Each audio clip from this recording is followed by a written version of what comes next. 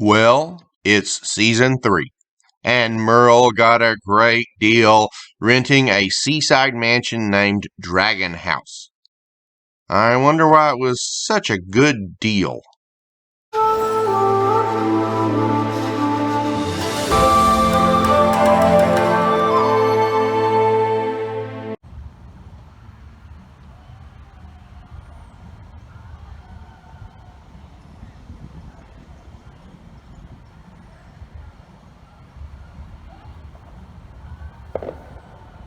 My name is D. Lanier Shook, and I am the information collector.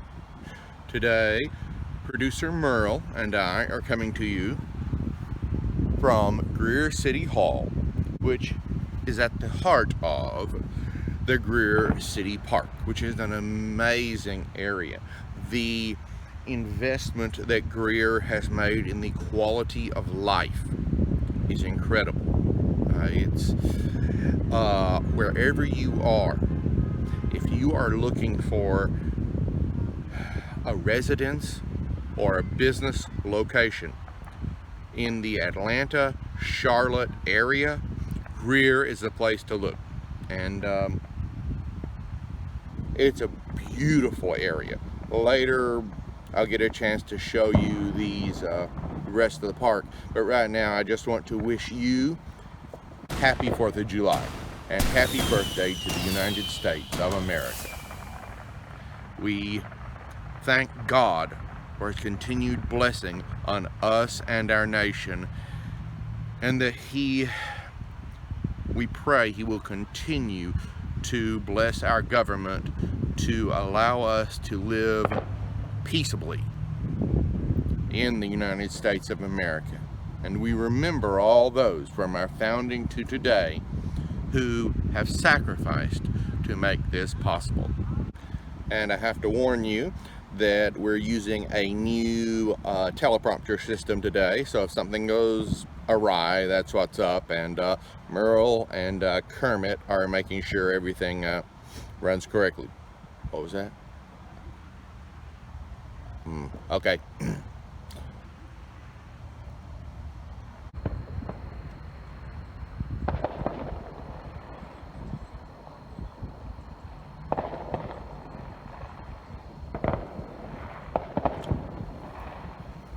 Now, this statue is located in front of the Greer City Hall, Greer City Park. It's not surprisingly called the Tube Dude. Well, they were mistaken. It's not a Tube Dude. It was renamed Scientist Girl by a 7-year-old girl who won the contest to name the statue. And WSPA, the local TV station, did a very nice article on it, and that's where I got that information.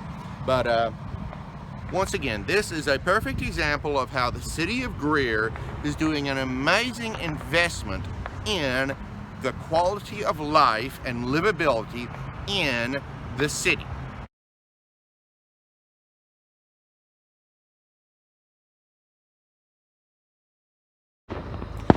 Greer has a strong German connection.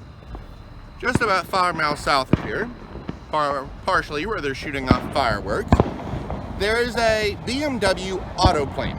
And well, coincidentally, last Wednesday, Boeing announced that Germany had ordered several P-8 Orion maritime patrol planes.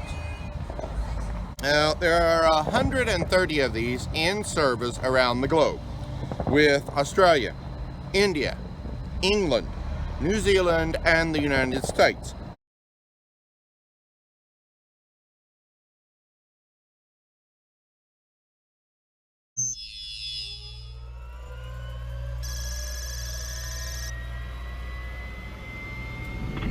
Jacksonville Tower, 3000. Breakout to 1,500, pattern altitude is 1,000 feet for the initial. 602, 115 under, flipped over at 1,000 foot the pattern, and left or right brake. Rapid 21. Left brake, please. It's a lot of plane. It's a lot, and it weighs more than anything we've ever flown before. It's also a lot faster and a lot more powerful than anything. It's got a lot more thrust than we've ever touched. It just like wants to go to the moon, you know? The primary mission is ASW, anti-submarine warfare, but intelligence, surveillance, reconnaissance, using all the sensors that are inherent to the aircraft, whether they be sonobuoys for tracking submarines, the radar, the cameras, all those pieces of the aircraft go into the multiple mission sets that the P-8 is able to accomplish when it goes out over the horizon. I think the P-8 is the most relevant aircraft that the Navy has today. You turn on like any 24-hour news cycle, more than likely you're going to see a P-8 on there. I can't tell you how many times, you know, I'll be in class or, you know, in the gym or something, and one of my friends will send me a picture like, "Isn't that your plane?" You know, on the news. They're always out there. So I think that in today's, you know, global environment, you know, having a long-range plane like this really gives us an advantage, and like I said, it's the most relevant aircraft carrying forward. The reason why it's important to the fleet is it's the eyes and ears of the fleet and the fleet commander. So if there's anything that is of concern to the fleet commander, he's going to send out that P-8 to figure out what's going on for him and for his team, and then ultimately, you know, we become part of the solution, you know, all the way through the kill chain, finishing whatever target is required.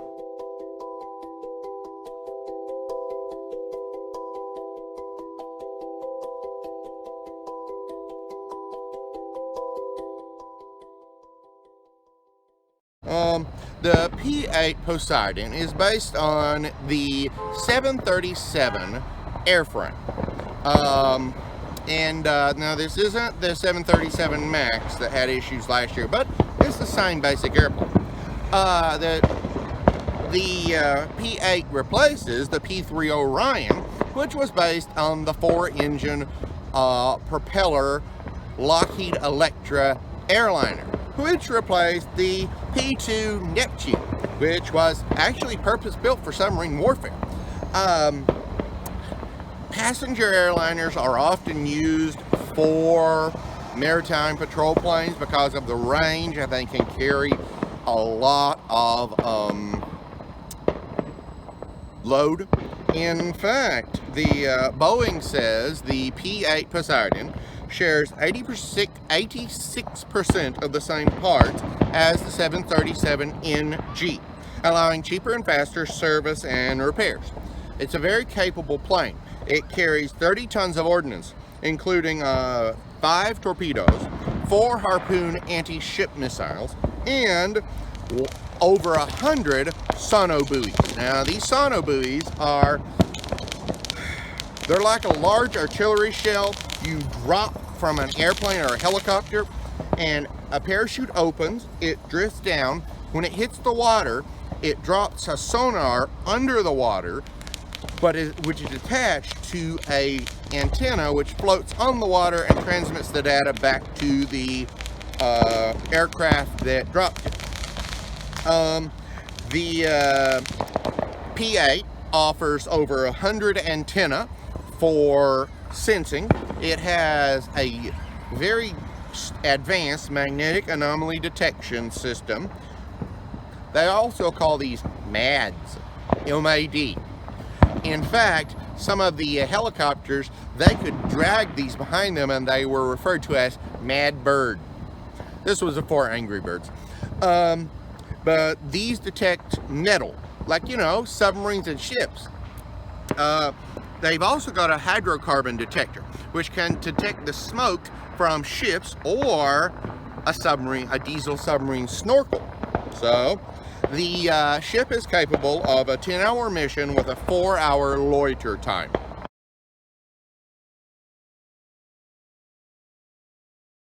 Last Tuesday, Luxembourg-based ArcelorMittal Steel released a report of its payments to governments in the past year. Now, this is very significant because when a large mineral corporation goes into, say, a small country, the idea is that the mineral corporation is getting a lot of benefits. Well, so are the locals. They paid out nearly $500 million last year And this is significant. Now, the $32 million they paid to the United States is barely noticeable in our federal budget. But the $6.8 million they paid to Bosnia-Herzegovina is significant. The $26 million they paid to Liberia is very significant. And the $361 million they paid to the Montagnais tribe in Canada is extremely significant. Basically, they gave $333 million to an Aboriginal people group in Canada. And not only that, even here in the United States, ArcelorMittal paid $224,000 to Tazewell County, West Virginia, and over $3 million to the state of West Virginia because they have a coal mine in Princeton, West Virginia, which happens to employ 51 miners.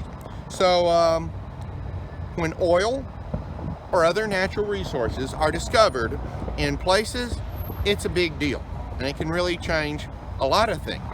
I mean, $224,000 is a lot of money in West Virginia.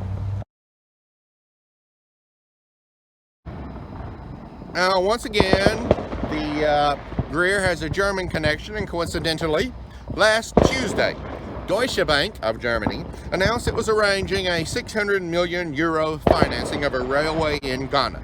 Now, on the surface, this sounds like a multi-million dollar financing of a railway in a West African nation. It's a lot more, though. The 60-mile construction project of rail from the port of Takoradi to the Huni Valley is the largest rail construction project since the nation's independence. Deutsche Bank has arranged the financing from one of the parties is a Swedish firm, 2 Swedish export agencies, and the reason is Swedish equipment expertise will be purchased for the project. Another partner in the project is the Export Credit Insurance Corporation of South Africa, which is involved because it will, quote, secure significant export contracts and jobs for South Africa. In fact, it's already showing effect. In a weekend article this weekend, GhanaWeb.com reported on the groundbreaking for an improved market in the Huni Valley and cited these improved railroads. A comment in the comments section mentioned the horrible condition of the area's roads. Boy, these fireworks are really getting, once again, Greer really invests in livability, and the fireworks are a perfect example. There are thousands of people enjoying these. It's an amazing place. So, according to a 2017 UN report, this area, the Huni Valley, is part of a long-running, 100-year gold mining boom. In fact, it's not just big companies. You've got placer mines. You've got people it's like the Alaska gold rush. A lot of little operators. It also has lots of small farms, many around an acre, with about a 2-ton per acre crop yield. And the report said cassava and palm oil are 2 major agricultural products in this area. And both of these have a large domestic and regional potential, and both are cultivated by small farms. So this railway will have a big impact for a lot of people in this area.